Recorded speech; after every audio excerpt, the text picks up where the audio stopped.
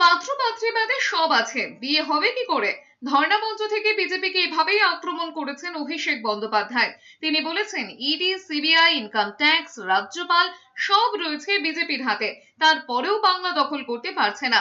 খোঁচা দিয়ে বলেছেন, বিয়ের প্রস্তুতি সারা হয়ে গিয়েছে, ক্যাটারার থেকে ঠাকুর মশাই থানা নিয়ে দাঁড়িয়ে আছে, খালি দেখা নেই পাত্রপাত্রে, এদের কাছে সব, কিন্তু তাও কিচ্ছু নেই।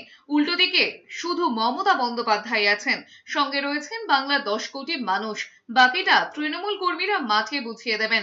মঞ্চ থেকে বিজেপি বয়কট স্লোগানও দেন অভিষেক বন্দ্যোপাধ্যায়। তোমার কাছে ইডি, তোমার কাছে নির্বাচন কমিশন, তোমার কাছে সিবিআই, তোমার কাছে ইনকাম ট্যাক্স, তোমার কাছে কেন্দ্রীয় বাহিনী, তোমার কাছে বিচার ব্যবস্থার একাংশ, তোমার কাছে সংবাদ মাধ্যমের একাংশ, তোমার কাছে রাজ্যপাল, তাও তুমি বাংলা দখল করতে পারছো না।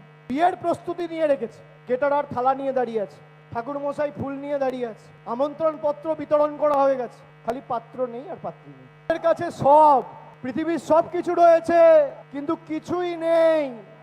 আর তৃণমূলের কাছে কিচ্ছু নেই, খালি মমতা ব্যানার্জি আছে আর বাংলার 10 কোটি মানুষ আছে।